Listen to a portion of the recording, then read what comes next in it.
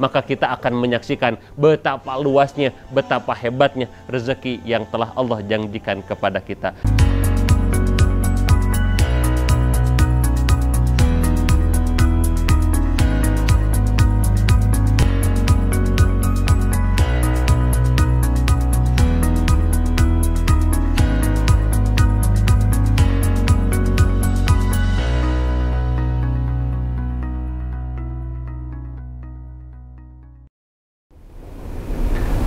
Bismillahirrahmanirrahim. Assalamualaikum warahmatullahi wabarakatuh.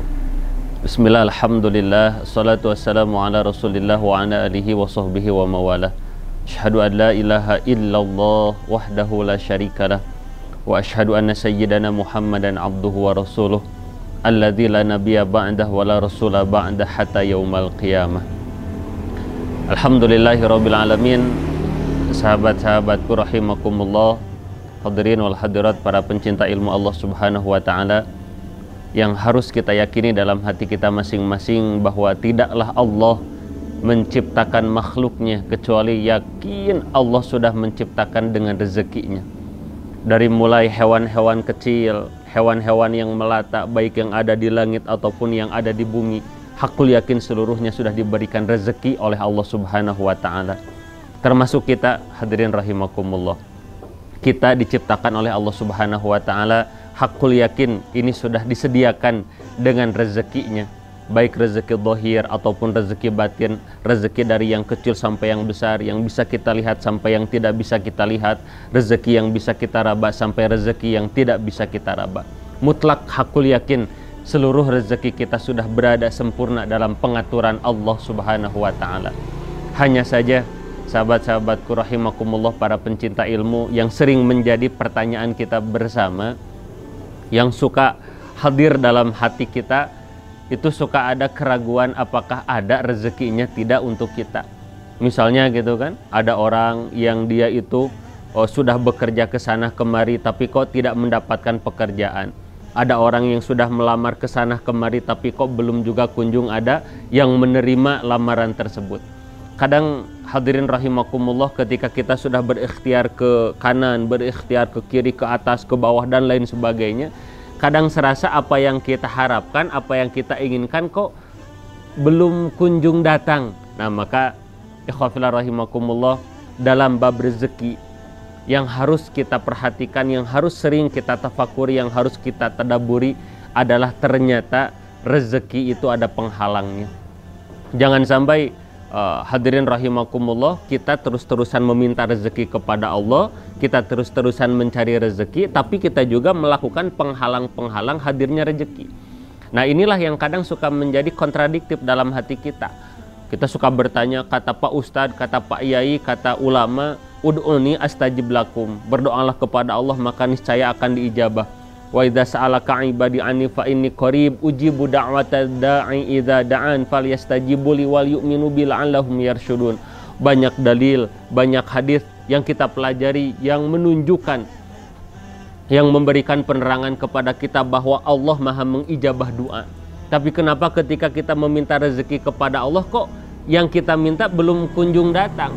Baik rezeki ingin finansial ya, baik rezeki ingin jodoh, baik rezeki kesehatan, baik rezeki dunia ataupun lain sebagainya, kenapa kok belum kunjung datang? Padahal kita sudah meminta kepada Allah, padahal kita sudah berikhtiar semaksimal mungkin, ternyata kita memang sudah meminta kepada Allah, memang kita sudah berikhtiar, tetapi kita melakukan penghalang-penghalang datangnya rezeki. Seperti contoh nih hadirin rahimakumullah, kita masuk ke dalam sebuah ruangan, kita masuk ke dalam rumah ya. Lalu sudah jam 9 siang saat itu, sudah jam 9, jam 10, ketika masa-masanya itu matahari sinarnya itu sangat tajam.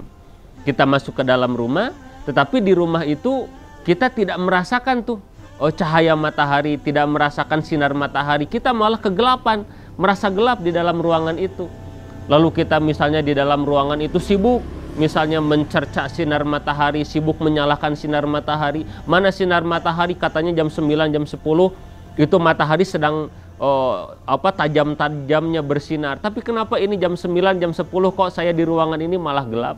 Ternyata sahabat-sahabatku, Yang jadi masalah bukan sinar mataharinya, yang jadi masalah bukan cahaya mataharinya, yang jadi masalah dia berada di rumah tapi gordengnya ditutup, pintunya ditutup, ventilasinya ditutup. Sehingga apa? Sehingga cahaya yang seharusnya masuk ke dalam rumah itu terhalang oleh gordennya, terhalang oleh pintu yang ditutup dan lain sebagainya.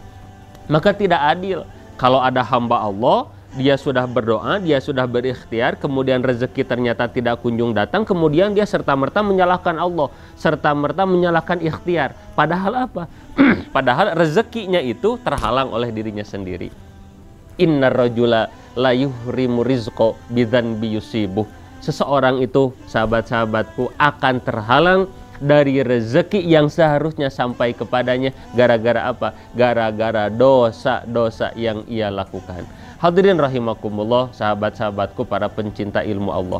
Boleh jadi ada hamba Allah yang ketika dia berdoa ingin hidup yang berkecukupan, dia berdoa kepada Allah ingin jodoh yang baik, dia berdoa kepada Allah ingin keluarga yang sakinah mawadah warahmah, dia berdoa kepada Allah ingin masuk universitas yang dia inginkan, gitu. Tapi kenapa misalnya terkadang apa yang diminta kok berbeda dengan kenyataan yang ada misalnya? Boleh jadi hadirin rahimakumullah, ini terjadi karena ijabah doanya, karena rezeki yang akan datangnya terhalang oleh setiap dosa-dosa kita.